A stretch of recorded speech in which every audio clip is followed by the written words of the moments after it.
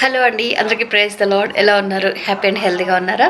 ఎటువంటి విషయాల్లో కూడా తొందరపడద్దండి. తొందరపడతనం మనకేమాత్రం కూడా మంచిది కాదు. మన ఆరోగ్యానికి అది హానికరంగానే ఉంటుందండి. సో నెమ్మదిగా ఉంటూ విశ్వాసంగా ఉంటూ మెలకువగా కూడా ఉండాలి. ఓకేనా? మన చుట్టుపక్కల జరిగేటటువంటి సంఘటనలన్నిటిని కూడా మనం గుర్తించేటటువంటి విధంగానే ఉండాలండి. మరి మొద్దుల్లాగా లేకపోతే అజ్ఞానుల్లాగా కూడా మనం ఉండకూడదు. ఓకేనా? సో ఎప్పుడు కూడా మనము జ్ఞానవంతులంగానే ఉండాలి అన్ని విషయాల్లో కూడా. ఓకేనా? ఇంకో విషయం అండి, మనం అనేక సమస్యల నుంచి ఉంటాం కదా. అనేక పరిస్థితులు, అనేక మనల్ని ప్రభావితం చేసేటటువంటి సిచ్యువేషన్స్ అన్నిటినీ కూడా మనం దాటి ఒక్కొక్క సంవత్సరం మనము ముందుకు వస్తూ ఉంటాం కదా. సో మన వయసు ఒక్కొక్క సంవత్సరం తగ్గిపోతూ ఉంటుంది.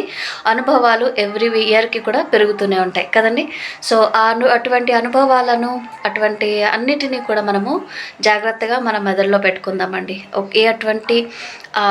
అటువంటి సిచ్యువేషన్స్ నుంచి మనము ఎలా బయటపడ్డామో అవి మనలోనే దాచుకోకుండా మన నెక్స్ట్ జనరేషన్ వాళ్ళకి, మనకంటే చిన్న వాళ్ళకి, మన తోటి వాళ్ళకి కూడా మనము వాటిని చూపించి, వాటిని తెలియచేస్తూ, వాటి గురించి వాళ్ళతో చర్చిస్తూ, వాటి గురించి వాళ్ళని అప్రమత్తం చేస్తూ, వాళ్ళని కూడా మనము బలవంతులుగా తయారు చేయాలి. ఓకేనా? సో ఒక సిచ్యువేషన్ మనకి ఈరోజు ఎదురవుతుంది అంటే రేపటి రోజున దానిని మనము ఇంకొకరికి మాదిరికరంగా చూపించగలగాలి. ఓకేనండి? అంతేకాని ఈ సమస్య నాకే వచ్చేసింది అన్నట్టుగా భయపడద్దు, దిగులు పడద్దు.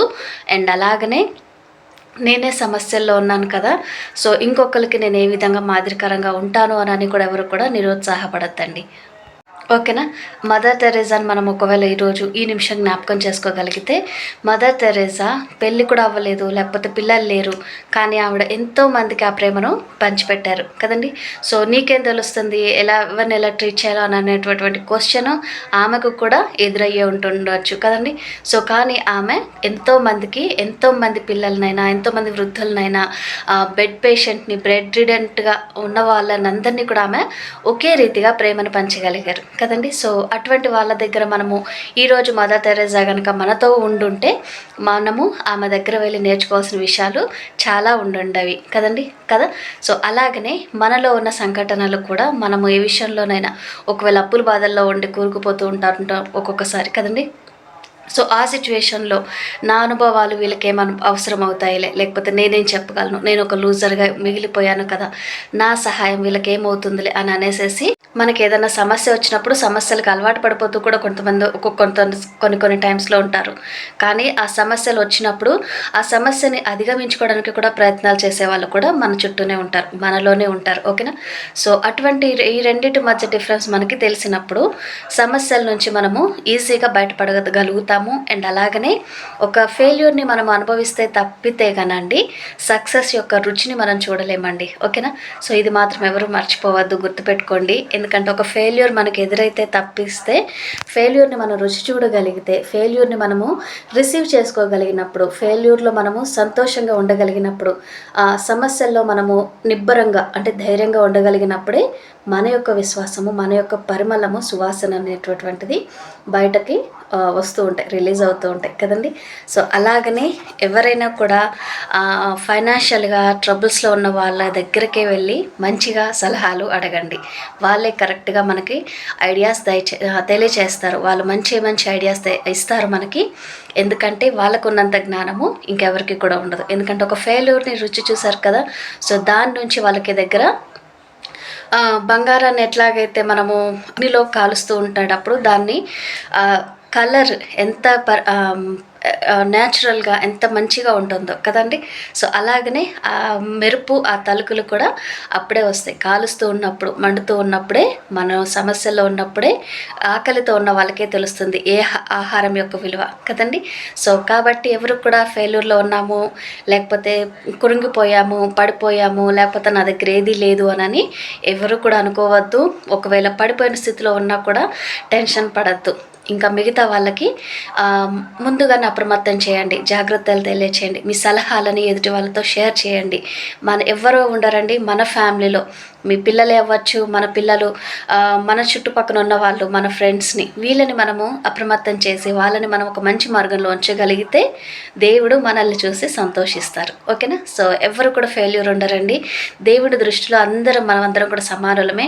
ఎవరు కూడా హెచ్చు తగ్గులు ఉండదు. అందరి మీద ఒకటే రకంగా సూర్యుడు వస్తున్నాడు, వర్షాలు వస్తున్నాయి, మంచు అన్నీ ఈక్వల్గానే దేవుడిస్తున్నారు కదా.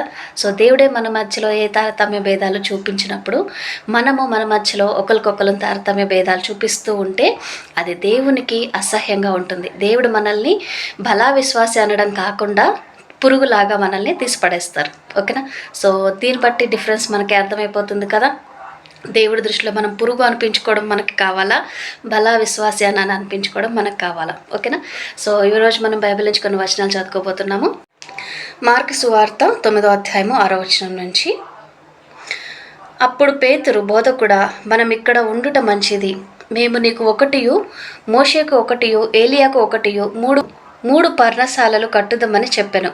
వారు మిగులు భయపడిరి గనుక తాను చెప్పవలసినదేమో అతనికి తెలియలేదు.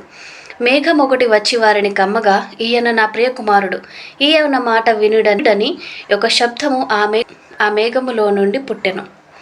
వెంటనే వారు చుట్టూ చూచినప్పుడు తమ యొద్దనున్న యేసు తప్ప మరి ఎవరునూ వారికి కనబడలేదు. వారు ఆ కొండ దిగి వచ్చుచుండగా, మనుష్య కుమారుడు మృతులలో నుండి లేచినప్పుడే గాని అంతకుముందు మీరు చూచిన వాటిని ఎవరితోనూ చెప్పవద్దని ఆయన వారికి ఆజ్ఞాపించెను. మృతులలో నుండి లేచుట అనగా ఏమిటో వారొక్కరితో ఒకడు తస్కరించుచు ఆ మాట మనస్సున ఉంచుకొనిరి. దేవుడి వాక్యం ఇంతటితో దీవించిన గాక. ఆమెన్. ఒక చిన్న ప్రేయర్ చేసుకుందాం, మీరు కూడా ఏకీభవించండి. మహాపరిశుద్ధుడైన దేవా, యేసయ్యానికి వందనాలు, స్తోత్రాలు ప్రభా. ఇంతవరకు మాకు ప్రతి విషయంలో సహాయం చేసి సజీవ లెక్కలో ఉంచినందుకు నీకు వందనాలు తండ్రి. ప్రభా, యేసయ్యా నీ కృపను బట్టి, నీ ప్రేమను బట్టి నా తండ్రి నీకే వందనాలు, స్తోత్రాలు ప్రభా.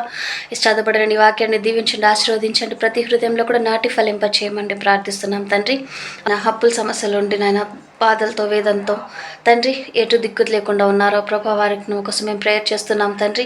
వారికి నాయన నీవే ఆధారంగా ఉండమని ప్రభా, నీవే దిక్కుగా ఉండి నిలబడమని, వారికి ముందుగా నిలబడి వారికి ఎదుర్కోవాల్సిన ప్రతి సమస్య నుంచి వారిని విడుదలను దయచేసి, సమస్యల నుంచి ప్రభావితం కాకుండా, కృంగిపోకుండా నా తండ్రి వాటిని ఎదుర్కోవడానికి కావాల్సిన శక్తిని, బలాన్ని, ధైర్యాన్ని నీవే దయచేయండి తండ్రి. అనారోగ్యంగా ఉన్న వారి మీద నీకు హస్తాన్ని ఉంచండి, దీవెనైనా ప్రభా, అనారోగ్యం నుంచి స్వస్థపరచండి ప్రభా. నీకు వందనాలు తండ్రి. డాక్టర్స్ వలన కానిది నా తండ్రి, నా ప్రభా, ఆ డాక్టర్స్ నాయన తండ్రి నీవు నిర్మించిన వాళ్ళు కాబట్టి ప్రభా, ఎస్య నీవే జ్ఞానవంతుడో కాబట్టి, నీవే వైద్యుడో కాబట్టి తండ్రి, నాయన అనారోగ్యం నుంచి స్వస్థతను, విడుదలను దయచేయమని ప్రభా ప్రార్థిస్తున్నాం తండ్రి.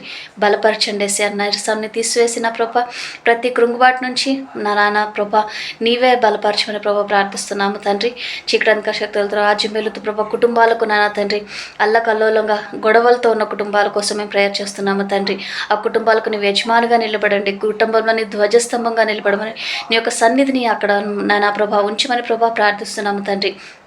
మనుషుల మధ్యలో మాటలను, సమాధానాన్ని, సమైక్యతను నాన్న తండ్రి, ప్రేమ కలిగిన నేచర్ని నాన్న నీవే దయచేయమని ప్రార్థిస్తున్నాం తండ్రి. ఇంతవరకు నువ్వు చేసిన ప్రతి మేలుని బట్టి వందనాలు, స్తోత్రాలు చెల్లిస్తూ ఈ చిన్ని ప్రార్థన త్వరలో రానున్న యేసు పరిశుద్ధ నామంలో ప్రార్థించి వేడుకొంచున్నాము తండ్రి. ఆమెన్. ప్రైజ్ ది లార్డ్ అండి. అందరికీ have a great day. God bless you all. By by.